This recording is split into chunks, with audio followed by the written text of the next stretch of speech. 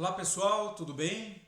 Meu nome é Douglas Henrique, da empresa Precisão Consultoria, e hoje vamos para mais um treinamento de segurança com o tema Primeiros Socorros. Então nós vamos analisar o que fazer em situações de emergência e quais os primeiros socorros a serem adotados em diversas situações, certo? Vamos lá? Muito bem. O que é então primeiros socorros? Os primeiros socorros, ou socorro básico de urgência, são as medidas iniciais e imediatas dedicadas à vítima, fora do ambiente hospitalar, executadas por qualquer pessoa, seja profissional na área da saúde ou leiga, treinada para garantir a vida, proporcionar bem-estar e evitar agravamento das lesões existentes. Tá? Apesar dos primeiros socorros, eles poderem ser prestados por pessoas que não são necessariamente da área da saúde, o mínimo de conhecimento deve ter, tá? Para poder conseguir desempenhar da melhor maneira possível estes primeiros socorros. E um primeiro socorro adequado, ele pode sim garantir a vida da vítima, ok? A prestação dos primeiros socorros depende de conhecimentos básicos, teóricos e práticos por parte de quem os está aplicando. O restabelecimento da vítima de um acidente, seja qual for a sua natureza, dependerá muito do preparo psicológico e técnico da pessoa que prestar o atendimento. O socorrista deve agir com bom senso, tolerância e calma. O primeiro atendimento mal sucedido pode levar vítimas de acidentes a sequelas irreversíveis. Para que você faça um primeiro socorro adequado, você precisa fazer uma análise primária. O que é essa análise primária? 1. Verifique a inconsciência, até o nível de inconsciência da vítima. 2. Abra as vias aéreas respiratórias. Verifique a respiração. Verifique também os batimentos cardíacos. E se for necessário, aplique aí o colar cervical se a vítima estiver inconsciente, tá? E se houver também disponibilidade, ok? Análise secundária. Proceda ao exame da cabeça aos pés. Questione a vítima, se possível, e questione as testemunhas também, se houver. No caso de parada cardiorrespiratória. O que é parada cardiorrespiratória? Sintomas e como proceder neste caso? É a ausência das funções vitais, movimentos respiratórios e batimentos cardíacos. A ocorrência isolada de uma delas só existe em curto espaço de tempo. A parada de uma acarreta a parada de outra. A parada cardiorrespiratória leva à morte no período de 3 a 5 minutos, se nada for feito. Quais são os sinais e sintomas, então, da parada cardiorrespiratória? Inconsciência, ausência de movimentos respiratórios e ausência de batimentos cardíacos.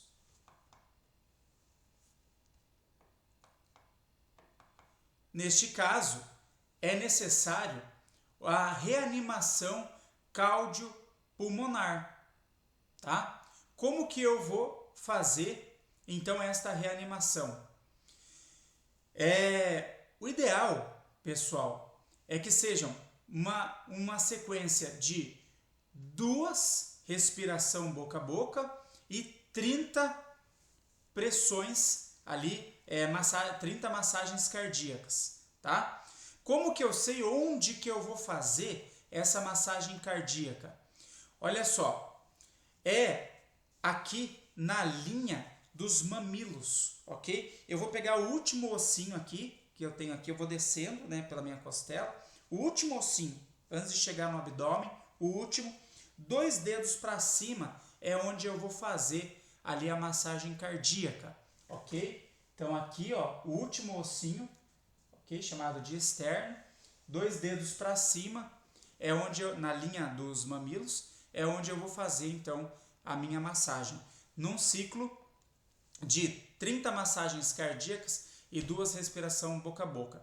Porém, médicos são unânimes em dizer que o mais importante, vamos dizer assim, é a massagem cardíaca. Se você ficar na massagem, por quê? Porque o corpo, ele tem armazenado no sangue uma certa quantidade ainda de oxigênio, tá? Então, se você ficar ali na massagem cardíaca, até a vinda do resgate, isso pode garantir a vida da vítima.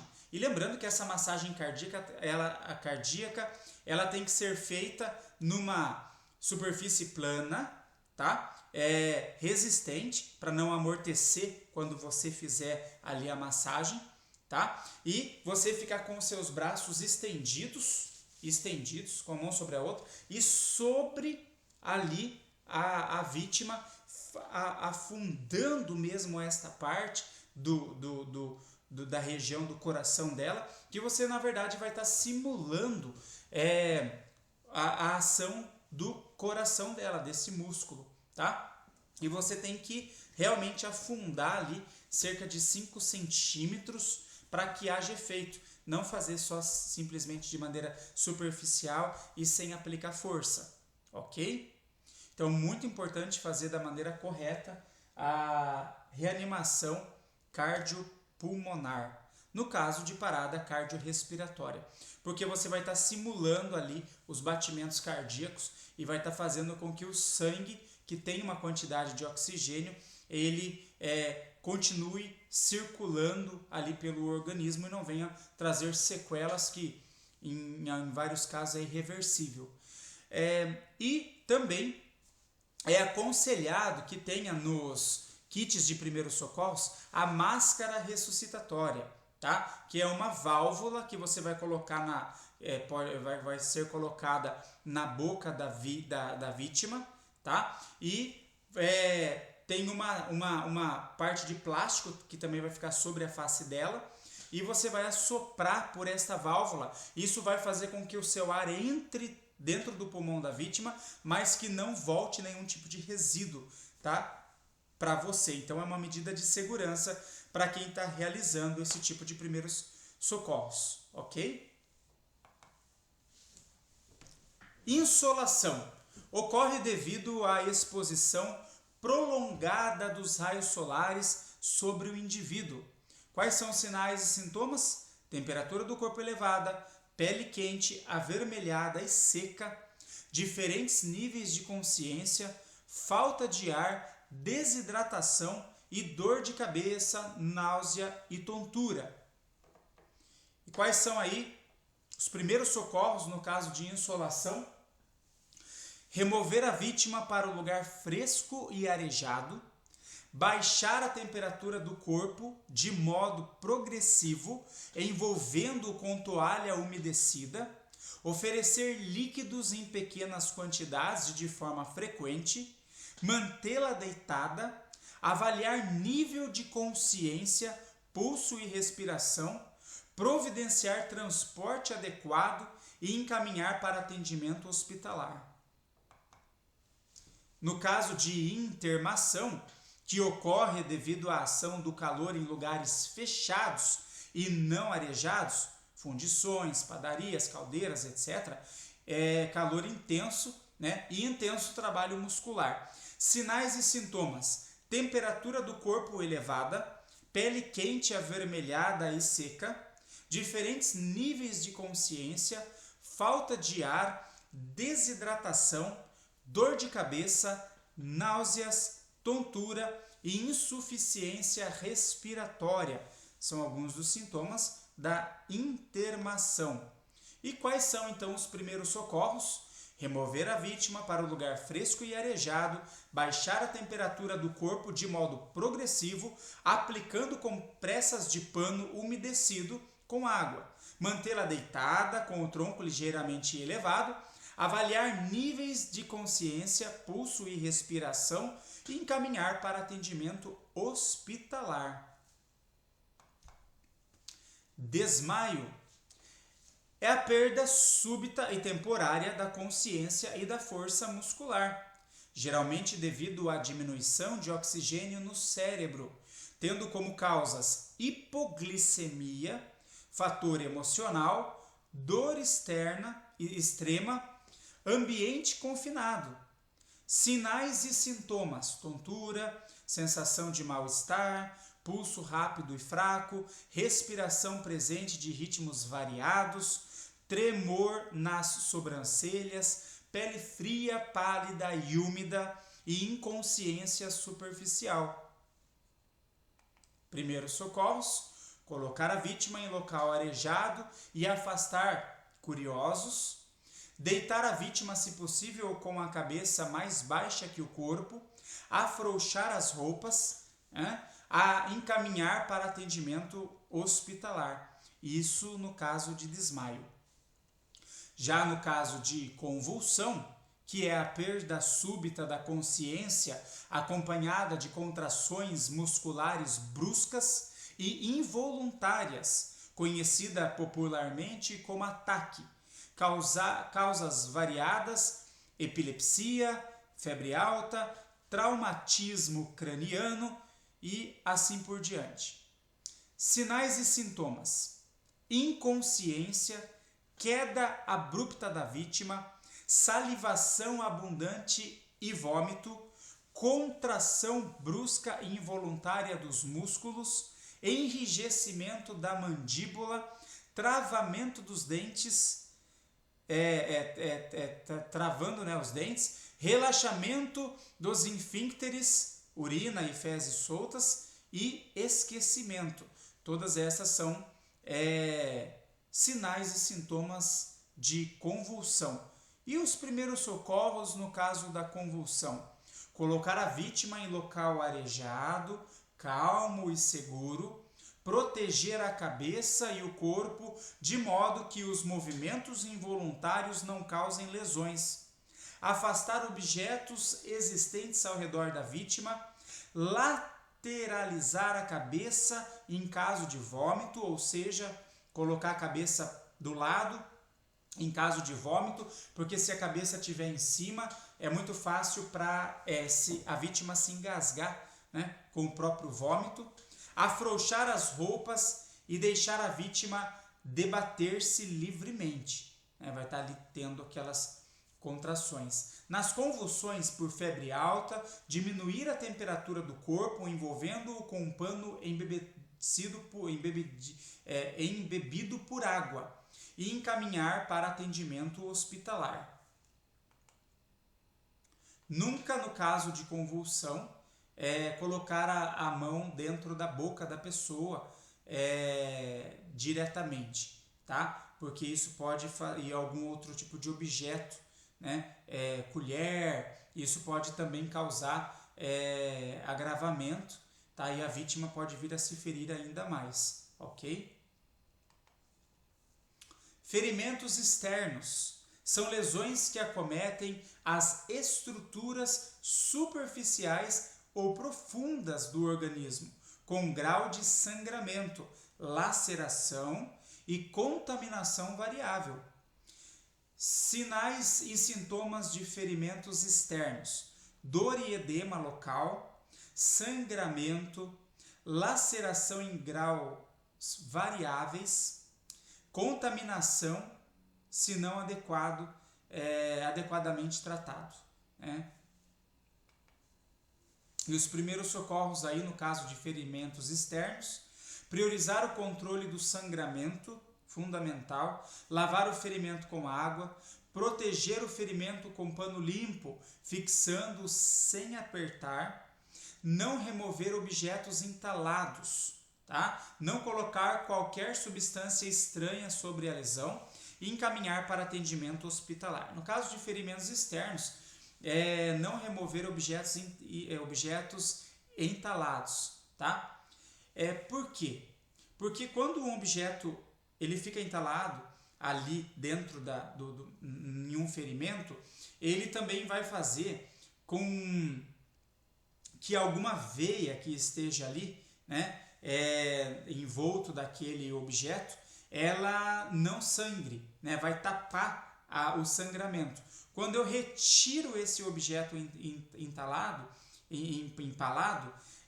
eu faço com que na verdade eu provoco uma hemorragia, tá? Então, se de repente alguma coisa fixou na pessoa, eu vou deixar ali aquilo e vou levar daquele jeito para o atendimento hospitalar, tá? Eu vou tentar imobilizar aquele objeto que ficou fixado ali, né?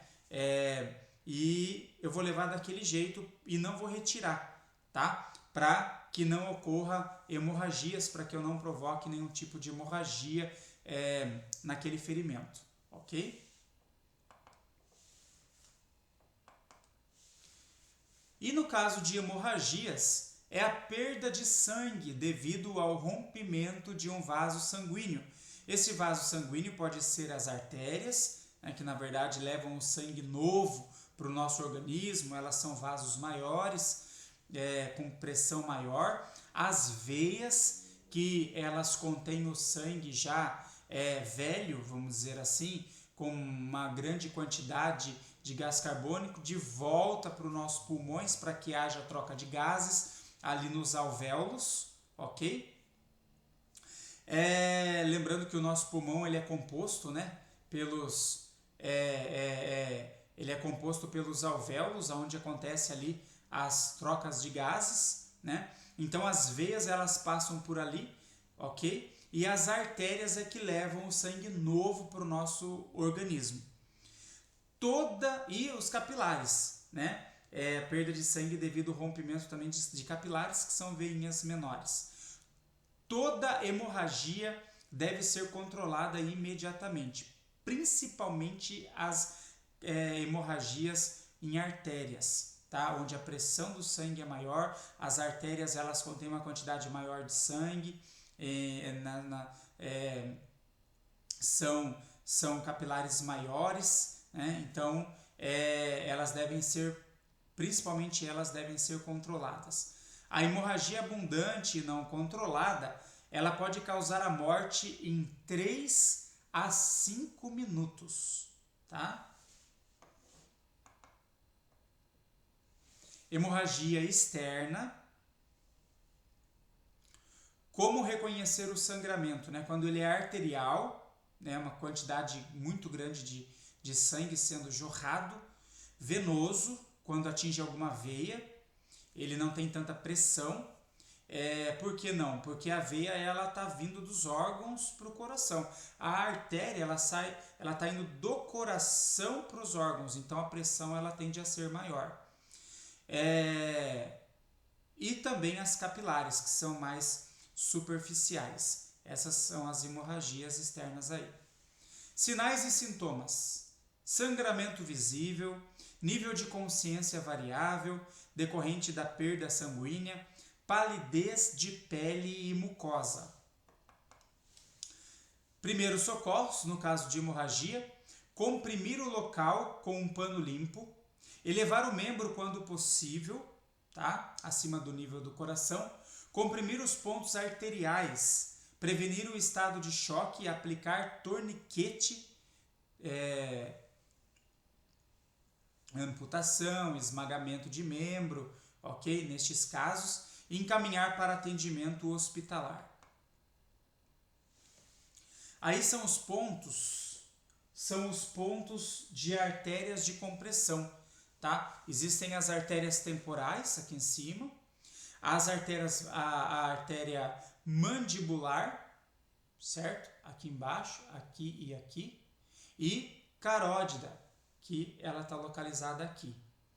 Aí nós temos a femoral, que é aqui do lado de trás do joelho e mais acima, como vocês podem ver aqui na imagem, e a branquial, que são os pontos aqui nos braços, tá? Esses pontos aí são os pontos arteriais de compressão.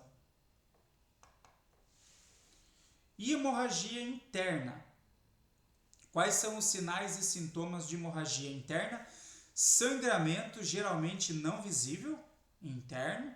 Nível de consciência variável, dependendo da intensidade local do sangramento.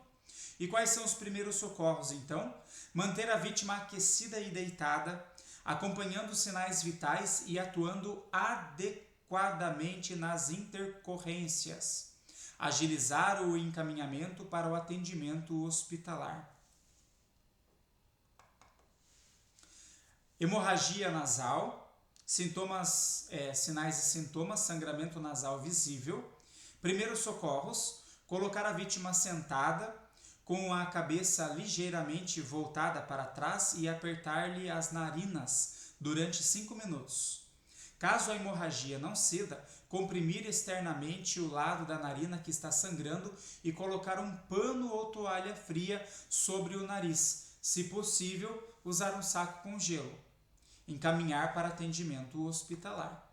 Lembrando, pessoal, que todos esses primeiros socorros que nós estamos aqui abordando tende a ser o primeiro atendimento, mas logo na sequência deve haver um atendimento por profissional da saúde, né? Então deve ser encaminhado para o hospital, para atendimento hospitalar. Estado de choque é a falência do sistema cardiocirculatório devido a causas variadas, proporcionando uma inadequada perfusão e oxigenação dos tecidos. Sinais e sintomas: inconsciência profunda, pulso fraco e rápido, aumento da frequência respiratória, perfusão capilar lenta ou nula e tremores de frio. Primeiros socorros, no caso de estado de choque: colocar a vítima em local arejado, afastar curiosos, né, e afrouxar as roupas, manter a vítima deitada com as pernas mais elevadas, manter a vítima aquecida, lateralizar a cabeça em casos de vômito, ou seja, colocar a cabeça para o lado para que a vítima não se engasgue com o próprio vômito, encaminhar para atendimento hospitalar. Queimaduras. Queimadura é uma lesão produzida no tecido de revestimento do organismo por agentes térmicos, elétricos, produtos químicos, irradiação ionizante e também animais peçonhentos. Nós temos queimaduras de primeiro grau, que atingem somente a epiderme, a camada mais superficial. Dor local e avermelhidão na área atingida, ela arde muito. Aí existem as queimaduras de segundo grau, atinge a epiderme e a derme, são camadas mais profundas, apresenta dor local, vermelhidão e bolhas de água, aquelas queimaduras que levantam bolhas, lembrando que essas bolhas não devem ser estouradas, tá? Porque elas estão lubrificando o local do nascimento da nova pele, tá? E também estão protegendo contra infectantes externos. E aí nós temos as queimaduras de terceiro grau, que atinge a epiderme, a derme e alcança os tecidos mais profundos, podendo chegar ao osso, ok? Quais são os primeiros socorros no caso de queimadura? Isolar a vítima do agente agressor, daquilo que está causando a queimadura, diminuir a temperatura local, banhando com água fria, tá? Então, coloca a parte que foi queimada em água corrente e se esta água for gelada, melhor ainda. Proteger a área afetada com plástico, não perfurar bolhas, colocar gelo e aplicar medicamentos nem produtos caseiros, isso para primeiros socorros, ok? Retirar parte da roupa que esteja em volta da área queimada, porque o local tende a inchar. Retirar anéis e pulseiras também para não provocar estrangulamento, né, ao inchar. encaminhar para atendimento hospitalar. Queimadura nos olhos. Lavar os olhos com água em abundância durante vários minutos, vedar o olho atingido com pano limpo e encaminhar para atendimento hospitalar. E, no caso de corpo estranho nos olhos, é a introdução acidental de poeiras, grãos diversos na cavidade dos glóbulos oculares. Sinais e sintomas: dor, ardência, vermelhidão e lacrimejamento. Primeiros socorros: não esfregar os olhos, porque se tiver um corpo estranho entre a pálpebra e o globo ocular, você esfrega, ele pode causar arranhões ali na superfície dos seus olhos, então nunca esfregar os olhos neste caso. Lavar o olho com água limpa, não remover o corpo estranho manualmente. E se o corpo estranho não sair com a lavagem, cobrir os 2 olhos com um pano limpo e encaminhar para atendimento hospitalar, isso com a ajuda de alguém, com a orientação de alguém. Por que a recomendação dos 2 olhos? Porque quando você fica com um dos olhos abertos, se você pôr a mão aqui sobre uma pálpebra, você vai sentir, né? Se eu mexo com o olho, o outro tende a mexer também, tá? Então os 2 tendem a mexer juntos. Porém, se eu tenho um corpo estranho aqui na superfície, o fato dele mexer vai causar o mesmo efeito de arranhar essa superfície ocular, tá? Então eu tampando os 2, eu mantenho os 2 olhos em repouso e aí alguém vai me direcionar para um atendimento hospitalar. No caso de intoxicações e envenenamentos. O envenenamento ou intoxicação resulta da penetração de substâncias tóxicas nocivas no organismo, através da pele, aspiração e ingestão. Quais são os sinais e sintomas? Dor e sensação de queimação nas vias de penetração e sistemas correspondentes, hálito com um odor estranho, sonolência, confusão mental, alucinações e delírios, estado de coma, lesões cutâneas, né, sobre a pele, náuseas e vômitos, né, no caso lesões cutâneas se for uma intoxicação e envenenamento dérmica, né, ou seja, na pele. Náuseas e vômitos se for ingerido, e alterações da respiração e do pulso. Primeiros socorros, no caso da pele: retirar a roupa impregnada com a substância, lavar a região atingida com água abundante. Substâncias sólidas devem ser retiradas antes de lavar com água, porque pode ter algum tipo de reação nessas substâncias, dependendo de qual for. Agasalhar a vítima e encaminhar para atendimento hospitalar. No caso de aspiração, proporcionar a ventilação, abrir as vias aéreas respiratórias e encaminhar para atendimento hospitalar. Já no caso de ingestão, para intoxicações e envenenamentos, identificar o tipo de veneno ingerido, provocar vômito somente quando a vítima apresentar-se consciente, oferecendo água, não provocar vômito nos casos de inconsciência, ingestão de soda cáustica, ácidos ou outros derivados de petróleo, certo?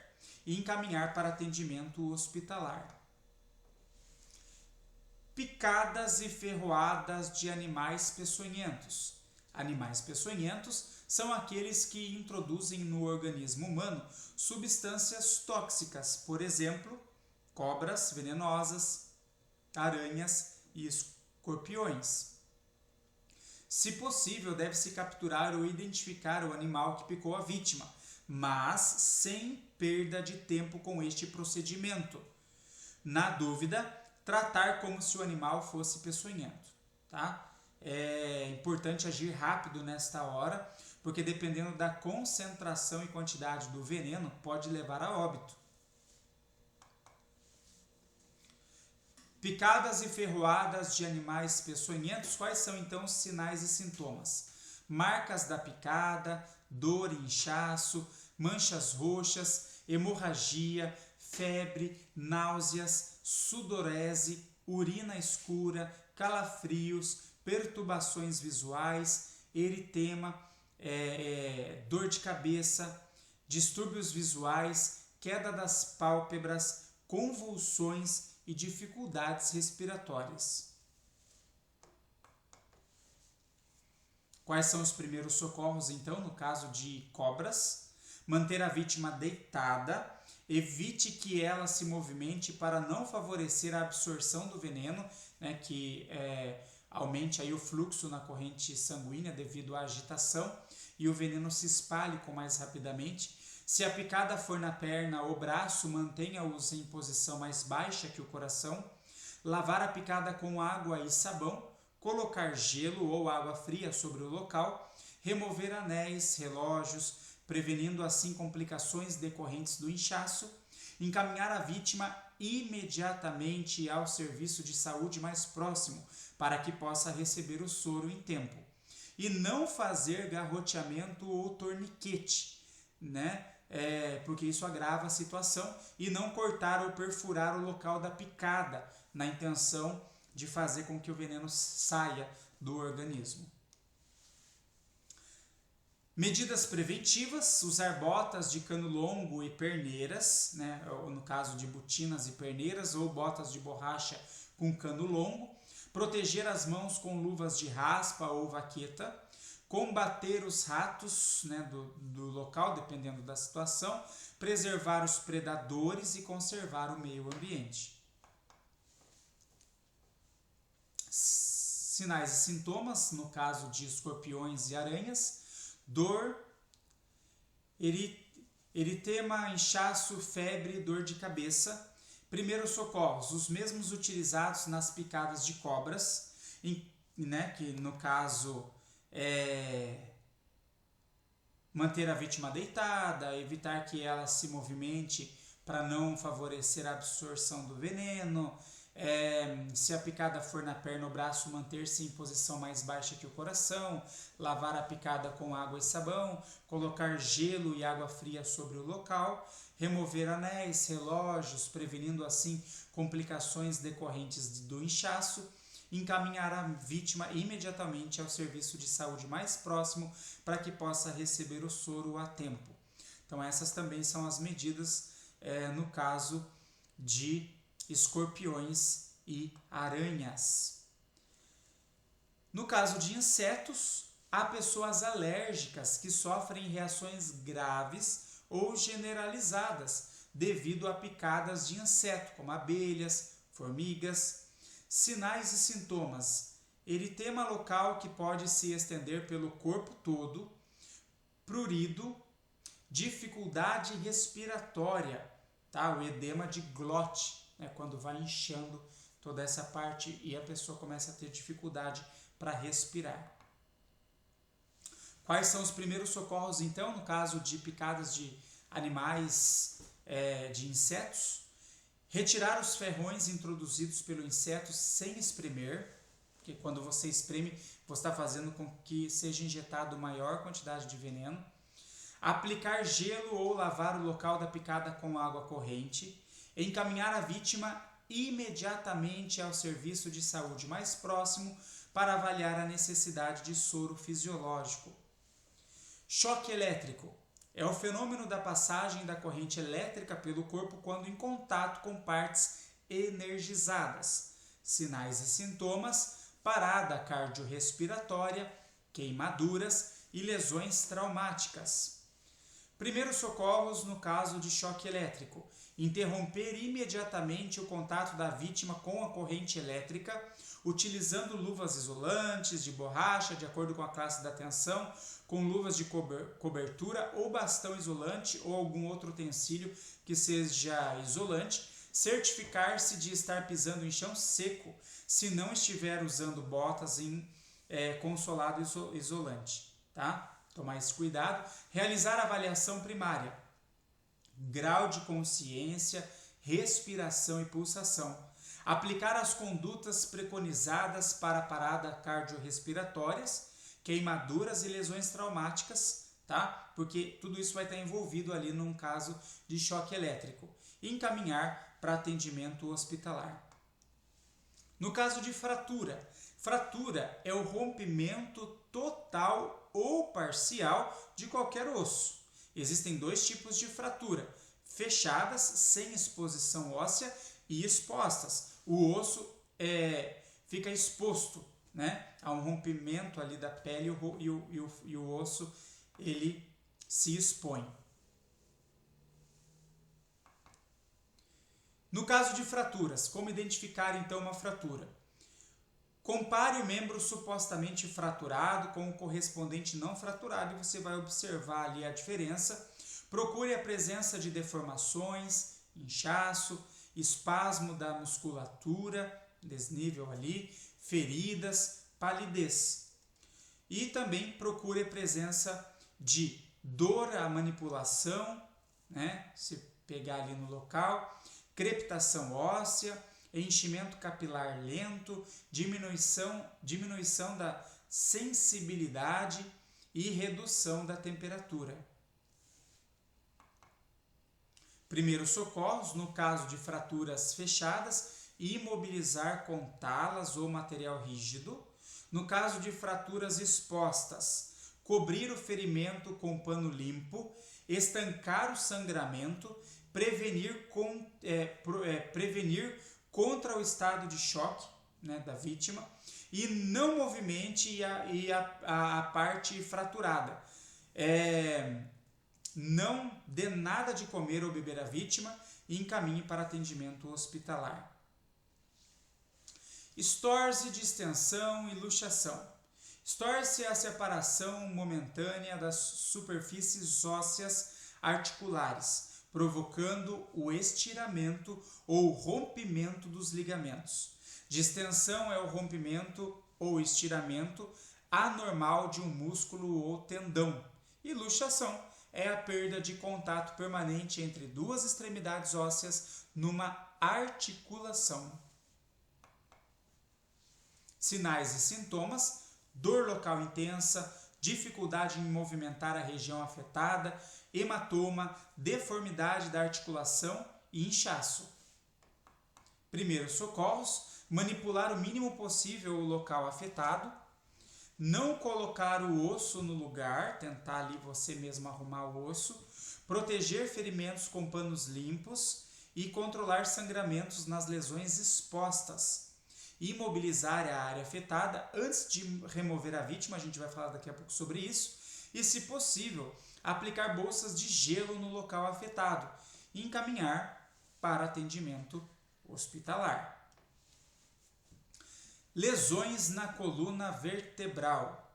A coluna vertebral é composta de 33 vértebras sobrepostas, localizada do crânio ao cóccix, e no seu interior há a medula espinhal, que realiza a condução dos impulsos nervosos. As lesões da coluna vertebral mal conduzidas podem produzir lesões graves e irreversíveis de medula, com comprometimento neurológico definitivo. Todo cuidado deverá ser tomado com essas vítimas para não surgirem lesões adicionais. Vamos lá. Lesões da coluna vertebral. Sinais e sintomas: dor local intensa, diminuição da sensibilidade, formigamento ou dormência em membros inferiores ou superiores, paralisia dos segmentos do corpo que ocorrem abaixo da lesão, perda de controle anficteriano, tá? Urina e fezes soltas. Todas as vítimas inconscientes deverão ser consideradas e tratadas como portadoras de lesões na coluna. Primeiros socorros, então, neste caso: cuidado especial com a vítima inconsciente, imobilizar o pescoço antes do transporte, utilizando o colar cervical, movimentar a vítima em bloco impedindo particularmente movimentos bruscos do pescoço e do tronco, colocar em prancha de madeira e encaminhar para atendimento hospitalar.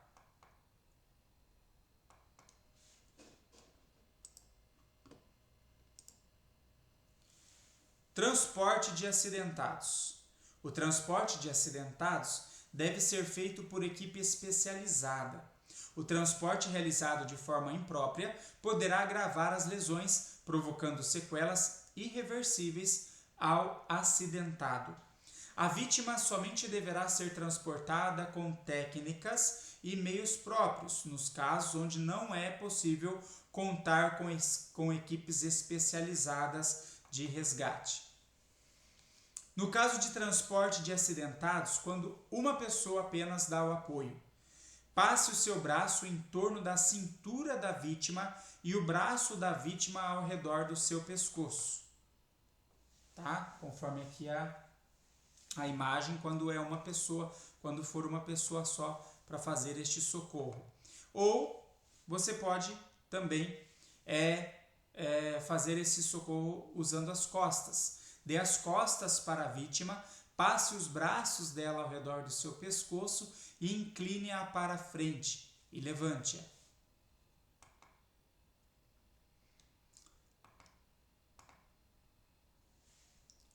Faça a cadeirinha conforme abaixo, no caso de técnica com cadeirinha, passe os braços da vítima ao redor do seu pescoço e levante a vítima. Aí no caso de mais de uma pessoa.